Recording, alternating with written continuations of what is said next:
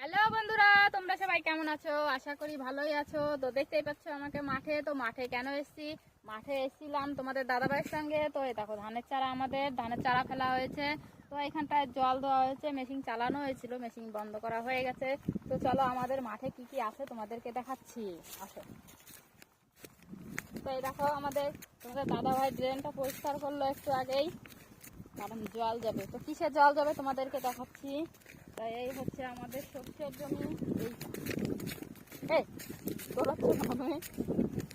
তো তোমাকে সামনে দেখাতে হবে তো। যাই হোক, তো এই হচ্ছে ক্যামেরাম্যানদের কত কষ্ট জানো।